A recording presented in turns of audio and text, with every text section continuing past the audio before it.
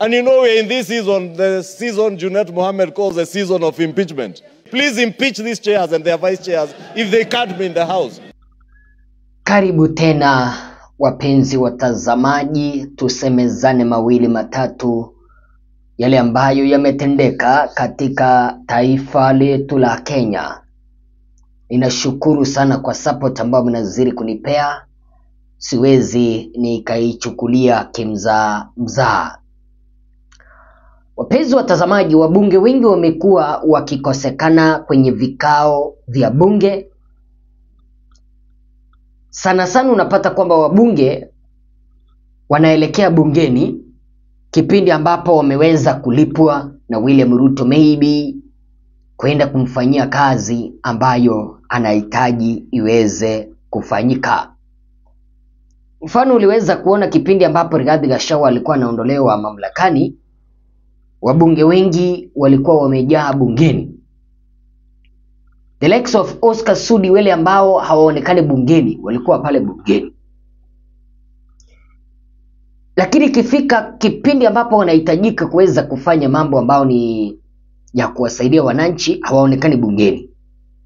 Now, it has come to my surprise that the Kenya Kwanza regime is planning to impeach all the chairpersons and the vice chairperson in committees, parliament, or in parliament committees. Wanataka kutafuta visingizio na kuweza kuwaondoa wenyekiti pamoja na wenyekiti wasaidizi kwenye vikao mbalimbali vya bunge katika bunge la 13. Nanielewa wapenzi watazamaji, ninamaanisha nini? Mnamo siku ya Alhamisi, mbunge wa Kikuyu Kimani Ichungwah aliweza kugombana bungeni kwamba kuna baadhi ya wenyekiti pamoja na manaibu wenyekiti ambao wanakosekana bungeni wanapaswa kuweza kuondolewa mara moja kwenye vile vyeo ambavyo wanashikilia kupitia kwa mfumo wa impeachment. Na ukiweza kusikia vizuri ujumbe ambao Kimani Ichungwah alikuwa anazungumza, alikuwa analenga moja kwa moja kumfikishia ujumbe Ndindi Nyoro, mbunge wa Kiharu. Ndindi Nyoro, tangia mswada wa kumuondoa Rigathi Gachagua mamlakani ulipoweza kuwasilishwa kwenye bunge la kitaifa, hakuwahi onekana kwenye majengo ya bunge la kitaifa. Forget about even discussing about Rigathi Gachagua's impeachment.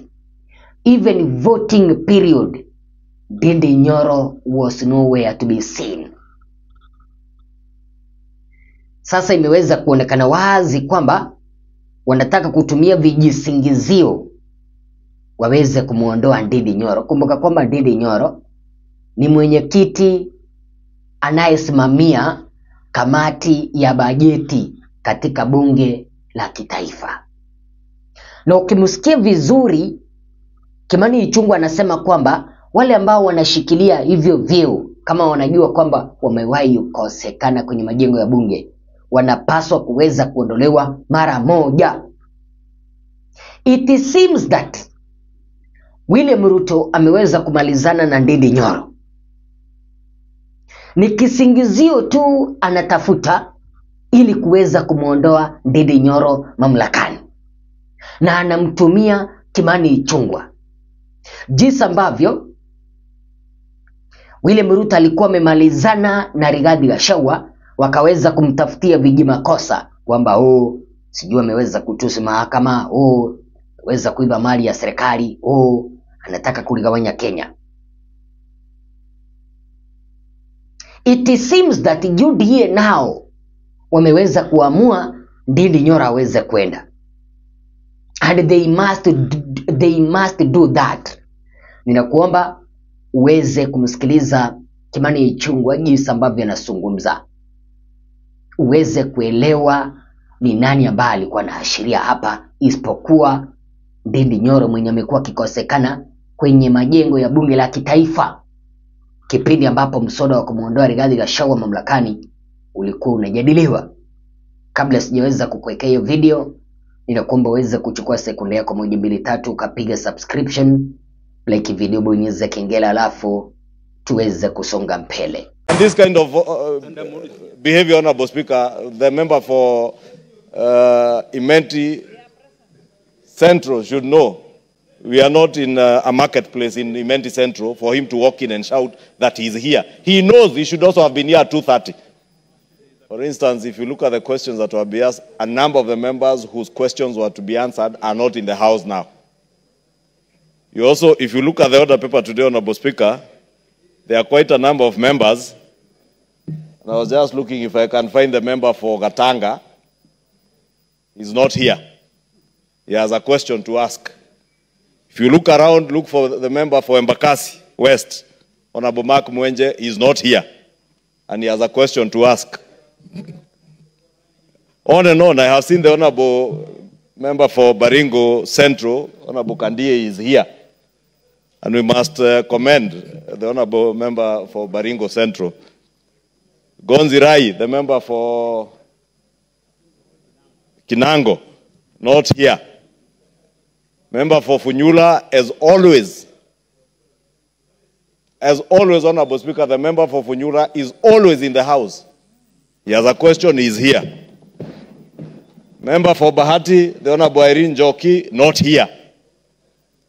Member for Malava, the Honorable Malulu Ijendi, is at his usual seat. He is always there and is a vice chair of a committee. Honorable Speaker, we were in the House, and I could go on and on and on and on and on.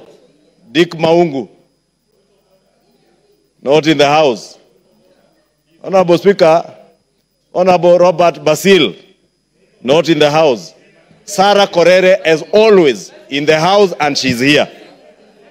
Oh, Basil is here, the member for Yata, my apologies.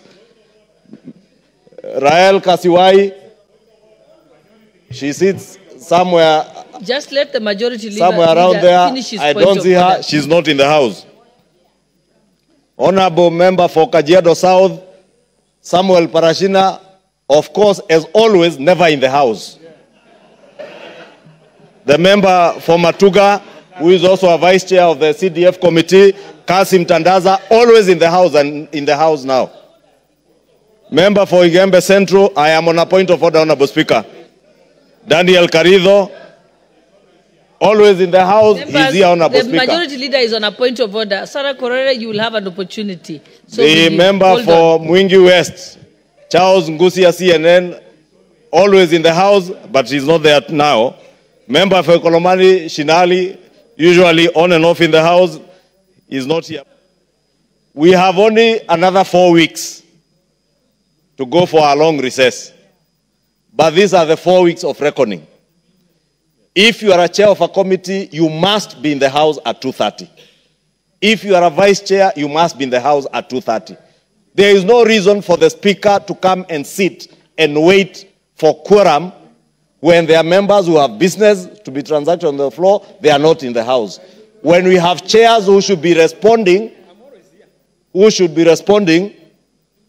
and this kind of behavior, Honorable Speaker, the member for Imenti Central should know we are not in a marketplace in Imenti Central for him to walk in and shout that he's here. He knows he should also have been here at 2:30. Honorable Speaker, I was saying it's imperative that we reiterate from your seat, Honorable Speaker, the need for members to be in the House, especially chairs and their vice chairs, because even if all these members who have to ask questions were in the House, Honorable Speaker, and statements, you need those chairs and their vice chairs to respond and tell you when does the member expect an answer. And probably that is why the members who are even coming to ask questions are not here, because there will be nobody to respond to them. And let me tell chairs from both sides of the House, if you are a chair of a committee or a vice chair, please take your work seriously. If you do not, we have another 280 members who can take those positions. Do the honorable thing. If you don't have time for the house, just do the honorable thing. And you know, we're in this season, the season Junet Mohammed calls the season of impeachment. I am not encouraging anyone to impeach anyone. But if need be, please impeach these chairs and their vice chairs if they can't be in the house. Please impeach them. Nina imani kwamba umeweza kumsikiliza Kimani Ichungwah jinsi ambavyo anamsomea kabisa Ndindi Nyoro.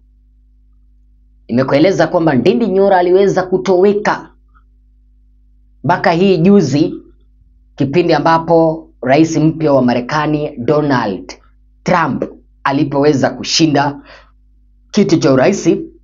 Ndio wakati ambao Ndindi Nyoro aliweza kujitokeza na kuweza kumpongeza Trump mwenyewe, akimwambia kwamba tunakutakia mema.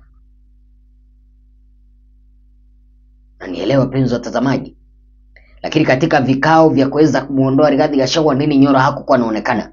Vikao kama hivi ndivyo vinafanya UDA kutaka kumng'oa Ndindi Nyoro kutoka kwa ule wadhifa, kwa sababu wanaona kwamba Ndindi Nyoro anaegemea upande wa Rigathi Gachagua. Mnanielewa penzi watazamaji?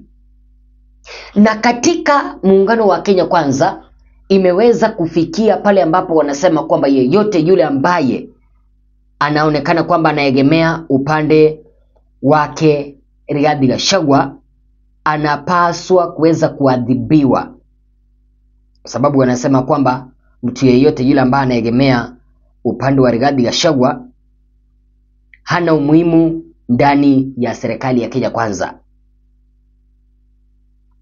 Kuna penye ambapo niliweza kusoma kwamba yeyote yule ambaye aliweza kuonekana kwamba aliweza kumtetea Rigathi Gachagua kwa njia moja au nyingine, vile vile yeyote yule ambaye aliweza kuonekana kwamba aliweza kupiga kura ya kumtetea Rigathi Gachagua kipindi cha kuondolewa mamlakani, anafaa kuondolewa katika kamati mbalimbali za bunge. Na vile vile wanasema eti kwamba wanafaa kupewa adhabu, eti punishment for not following William Ruto's rules. Because tuliweza kuambiwa kwamba UDA members who supported Rigathi Gachagua face disciplinary action. The President William Ruto's United Democratic Alliance is considering punishing lawmakers who voted against the impeachment of the former Deputy President Rigathi Gachagua. In a statement, the party's founder association revealed a list of demands on Thursday, November 6th, as they affirmed their commitment with the outcome of the impeachment motion. The association demanded disciplinary action against members of the party, whom they termed as errant.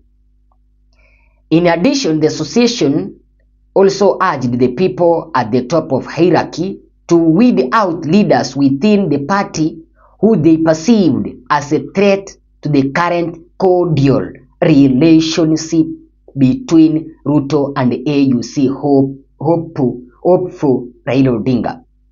The statement went, "We demand that the party's top brass commences a radical purge in the House committees.